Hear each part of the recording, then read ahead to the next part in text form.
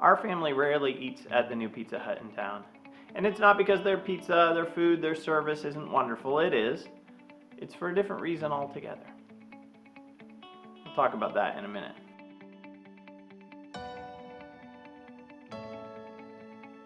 Hey everyone, welcome to another AfterWords, where I share stuff that just didn't make it into this week's sermon, but I think is fascinating. And today, I'm in front of my Christmas tree, and I've got my snowman mug because, well, 'tis the season. And the season is the Advent season. This past Sunday was the second Sunday of Advent, so we talked about peace because it is Peace Sunday.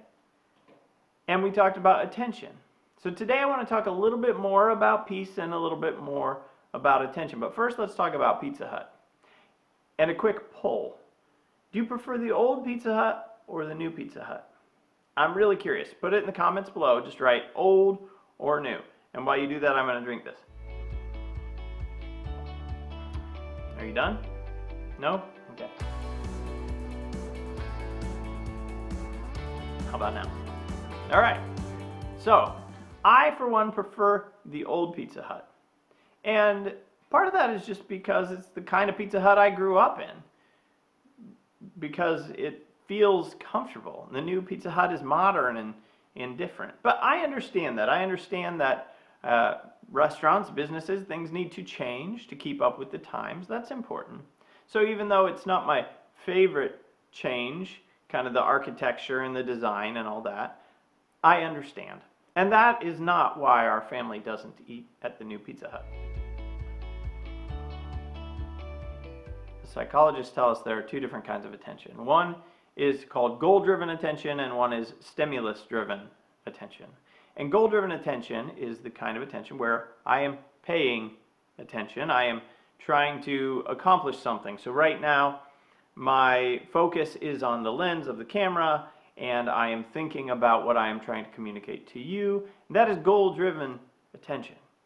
Stimulus-driven attention is what happens when a police car drives by or a fly buzzes around my head, which happened earlier. In fact, it landed on my head, which made me think of that debate, and then it went in my ear, so I had to start over.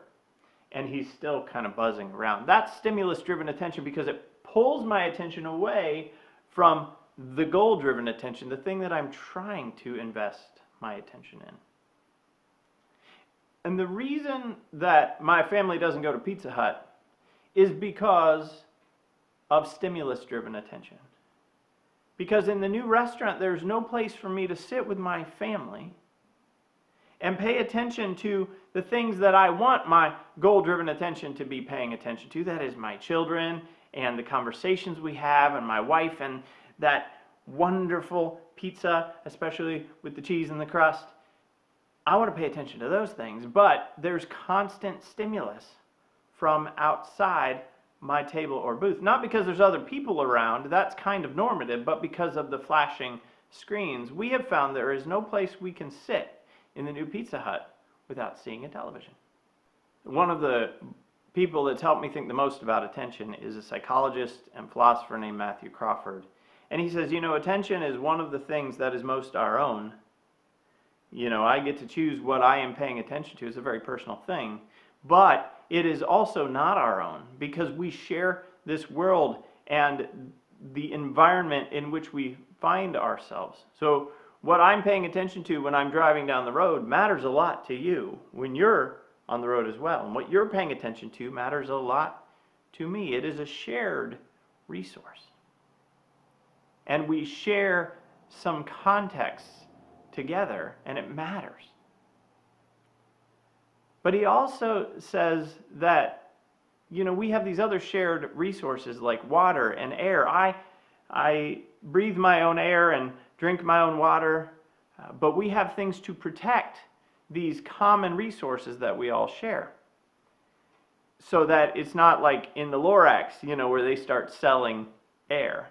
But we don't have this kind of protection for our attention. And so when I go into the restaurant, there is not necessarily a place for me to sit in silence with my own thoughts or to focus my goal-driven attention on what I want to because there's so much stimulus coming at me. And this is just the reality of the world that we live in.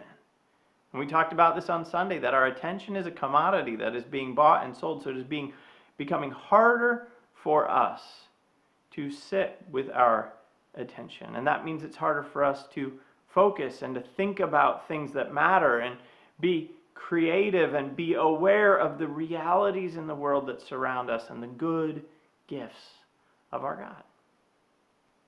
But at the holiday season, if this was bad before, it's even worse.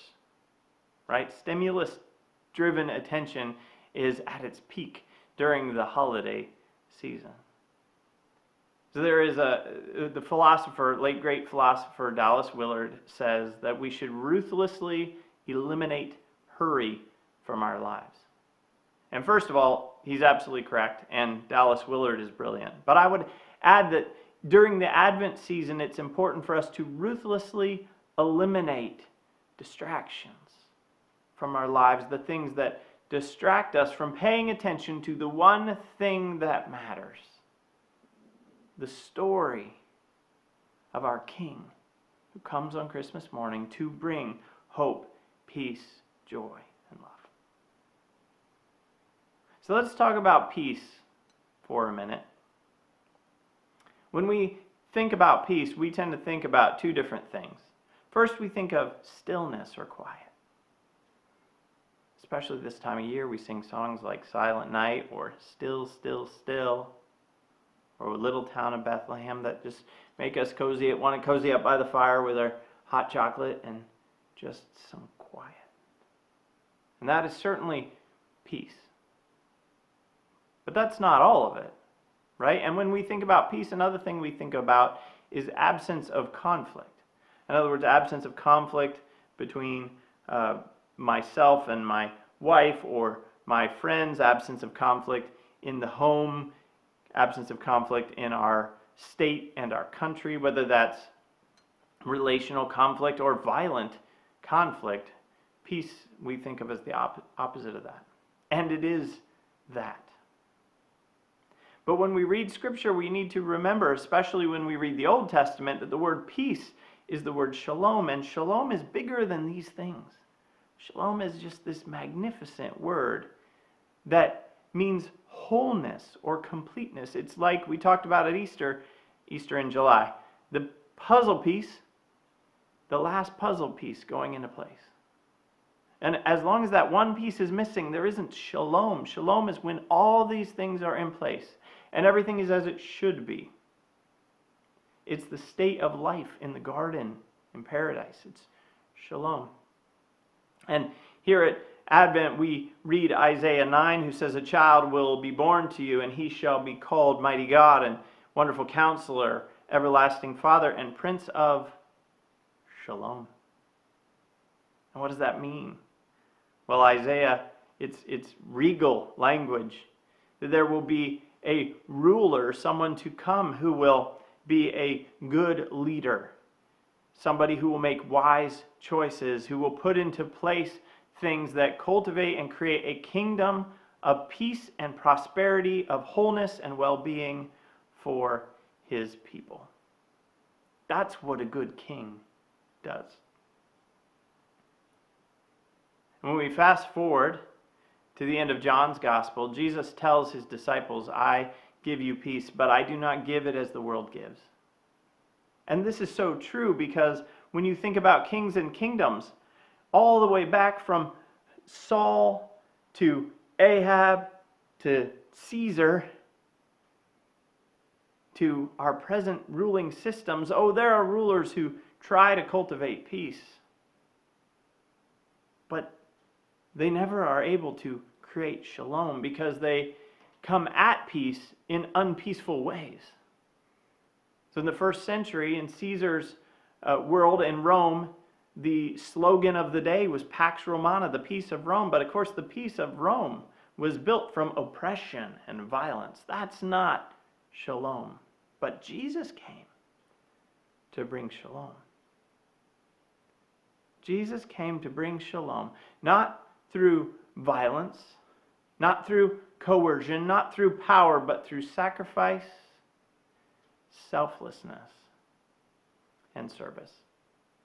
That's what Jesus came to do.